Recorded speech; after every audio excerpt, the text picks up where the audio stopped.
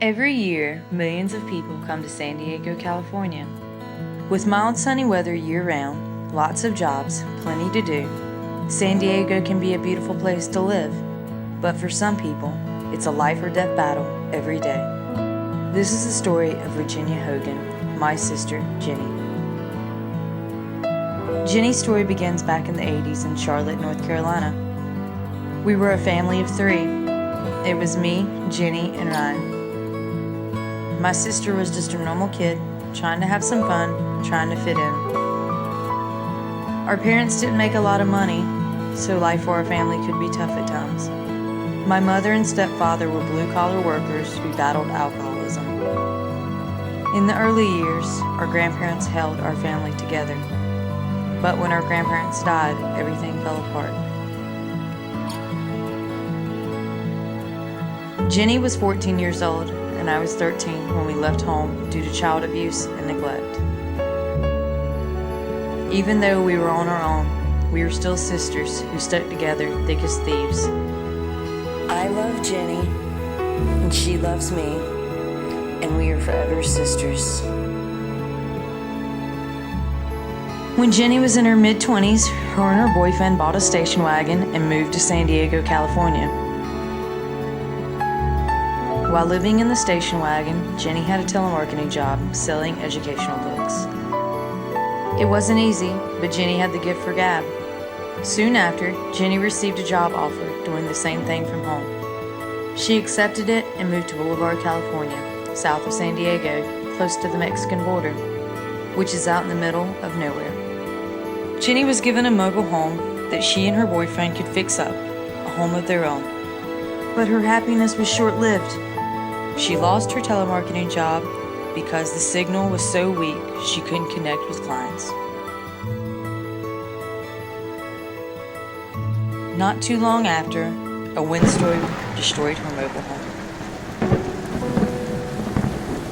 Everything she had worked so hard for was gone. With no home and no income, Jenny hit rock bottom. With the disease our parents battled all their lives, alcoholism. And things got even worse when Jenny experienced her first mini-stroke. Her right arm was paralyzed, and she was temporarily blind in her right eye. She stayed in the hospital for a few days, then she received some blood pressure medicine, and then they sent her on her way. No one knows what happened next. But a month and a half later, my sister was found unconscious in the woods, where she had been living with her dog Michael. She was rushed to Paradise Valley Hospital, where she died twice. Her organs were shutting down and life support was keeping her alive. She had suffered a massive heart attack. Upon hearing this horrible news, I flew out to San Diego immediately to be by her side. If I had waited any longer, the hospital would have taken Jenny off of life support. Today, Jenny is at Promise Hospital in San Diego.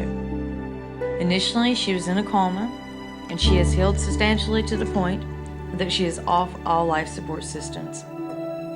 But she is currently in a vegetative state where she depends on someone else to do everything for her. I have stuck by my sister's side in California for over 2 months, living by the grace of donations from family and friends. Not knowing how long I would be here, I had been looking for jobs in San Diego, but currently have no other income. Additionally, I was forced to leave my animals, my job, and my life behind in Wilmington, North Carolina, and I have made a commitment to never leave until I bring my sister home with me. We've reached out to Medi-Cal and many other organizations. It seems that no one can help us. Because of my sister's vegetative state, she requires a specialized medical transport plane with medical staff aboard. The gasoline alone for this trip is incredibly expensive. Most package quotes we were given range from $20,000 to $30,000. Once we get my sister back to North Carolina, the strategy is to get her on Medicaid and find the best facility to help her with the rehabilitation process. We believe this place is Wake Med. They specialize in brain trauma and help about 100 patients a year with traumatic brain injuries. Wake Med is ideal for Jenny because it would only be 2 hours from our home. This would allow me to visit my sister regularly and take care of her. We know what to do. This is where you come in. We need your help in the form of monetary donations to get her there. Any amount of money, large or small, will be much appreciated. Please help us come home. Thank you for taking your time to watch and listen to our challenging story. With your help, hopefully there can be a happy ending.